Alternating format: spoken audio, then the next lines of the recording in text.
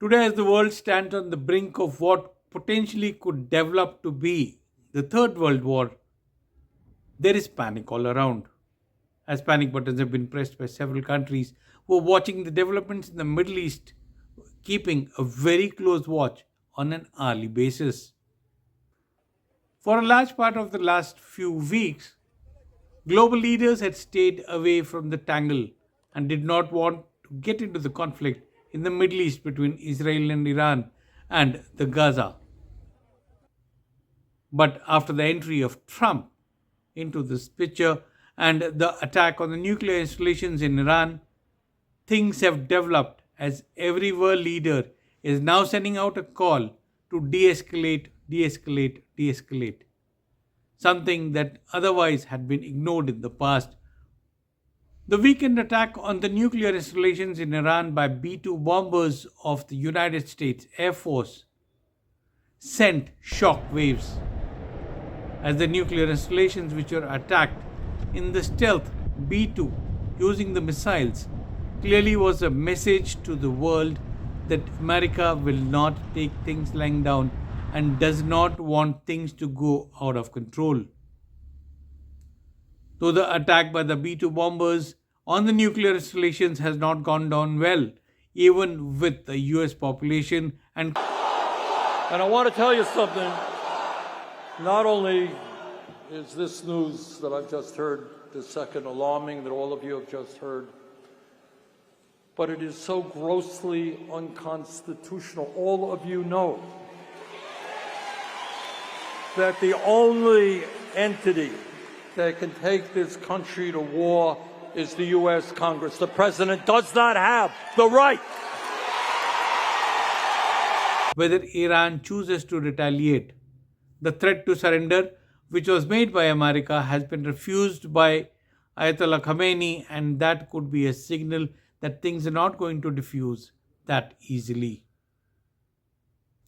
Like the rest of the world, most of the Indians also had not paid much attention and had remained mute spectators to the kind of attacks that Israel had carried out in the Gaza strips, leaving thousands of Palestinians dead, including women and children. But the counterattacks on Israel in the last few days, first from the Hamas and yesterday's by Iran, are a clear message that things will not be taken unilaterally.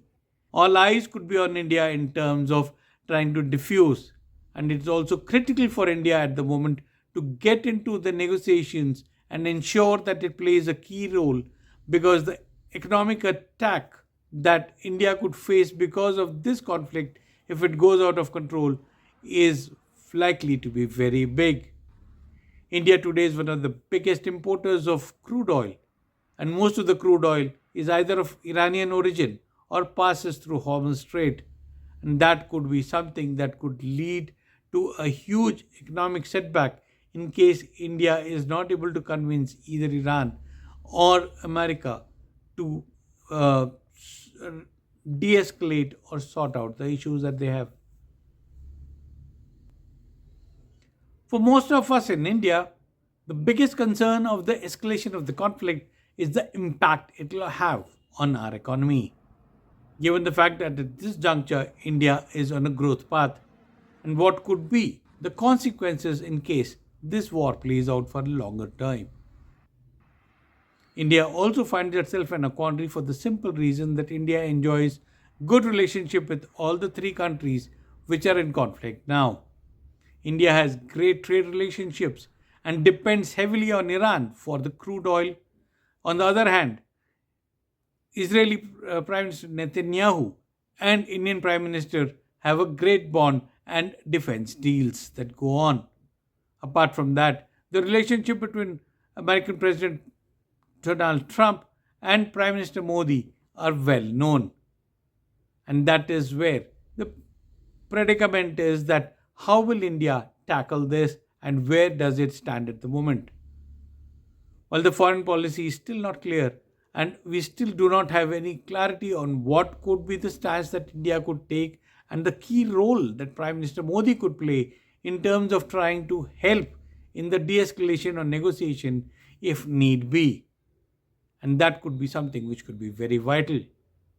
But in case the conflict escalates and prolongs for a long time, the impact of that on the Indian economy could be something worrisome. We've seen the fall in the share market this morning and the kind of impact on Indian economy if the crude oil prices go up could actually be a huge challenge.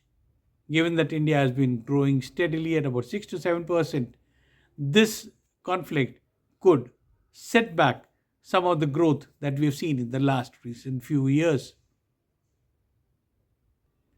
While the Indian government has done a great job as far as evacuation of its citizens either from Israel or Iran are concerned, and they were quick to move on that, that is something which is truly commendable that India came out and helped its citizens. So while the United Nations, EU, and the other countries now get into the act and try to mount pressure on America, Israel, and Iran to not take things further.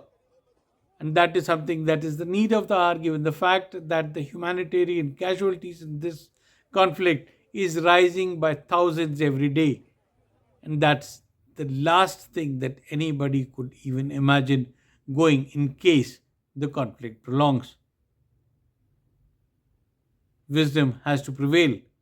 And somewhere the conflict has to come down, setting aside the egos of the big players in this picture and ensuring that humanitarian help comes first and the issues that need to be resolved should be discussed on the discussing table and not using missiles, drones, and warheads.